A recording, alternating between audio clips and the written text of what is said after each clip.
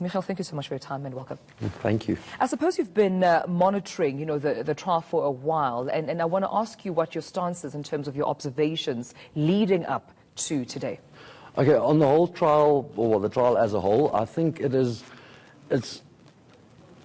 could have been a beacon to show us how child abuse cases could be handled, because this was fast-tracked, moved to the High Court, and they set aside 2 weeks for it, which doesn't happen normally in other child abuse cases. So this was, leading the way, basically. This shows what could be done if we wanted to, if we got together. This trial has had a lot of publicity in the way that Nino was caught in flagrante in the act, the social media videos that went viral, and I think that makes it unique. I mean, the levels of violence against this child is unfortunately in South Africa not unknown to us. We see this a lot. So this case was, because of the high publicity attached to it, moved to the High Court, given 2 weeks, which is fantastic news for us. And this is the kind of thing we'd like to see with other trials as well. Unfortunately, we've seen in the last couple of days, we were a bit wary because the prosecutor didn't seem to be well prepared for this case, as opposed to Sunny Jacobson, who handled it first and was very thorough. But we've got a judge who seems to be very awake and running his courtroom like it's his own courtroom. So that is good. So far, I mean, Nino is guilty, beyond a doubt. We just want to see that the proper process happens and that he gets the minimum prescribed sentence, which is life. We've seen too many judges hand down 10 years or 8 years or whatever for deviating from this minimum prescribed sentence because of mitigating circumstances, etc.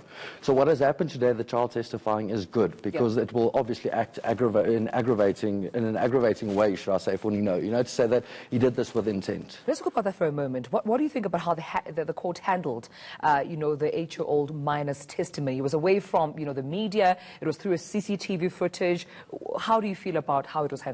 I think what we've seen at court, we were there today ourselves, I was there until the judge ordered us out, is that they seem to have followed the protocol, which those protocols are put in place to protect the child testifying.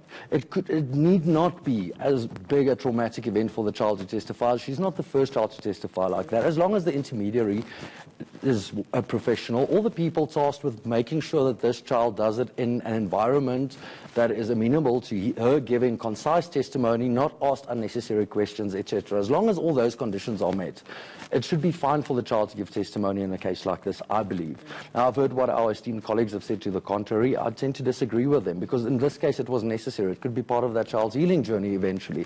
The fact that she did give testimony, even if it's only up until a point. A bit of vengeance for the act, or redemption for what has happened to her. And I think that if it was handled properly, and like I said earlier, that judge is good at what he does, I think it would have been. So we needn't worry too much about that. I think it was good because she contradicted Nina's statements today flat out. And what would you like to see happen next as an organization? Well, we've got the closing statements now, and I trust that this judge will move to sentencing fairly soon. He has pleaded guilty to most of the charges. It was only the assault thing, which they focused on quite a bit in the court. I hope that they move, closing arguments tomorrow, and then move to sentencing swiftly.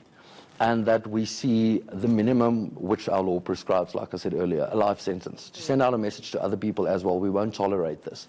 As long as due process is followed and he's had a proper court case and the truth has come out about what has happened, I think we should see a life sentence, no less.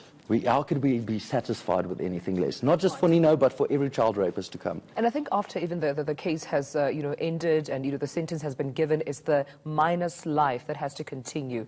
What should happen next for her at this point in time, for her to move on from this? Well, I think post this testimony of her that's been out, the most important thing was to see her get back into therapy again.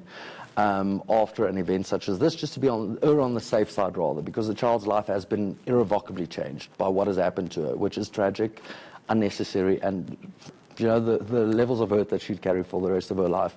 I mean, now it's basically seeing that good, proper professional care is given to her so that this child can move on to her life, and that this event, as much as it could be minimized in her future. Michael Jacobs, thank you so much for your time. Thank you too. All right then.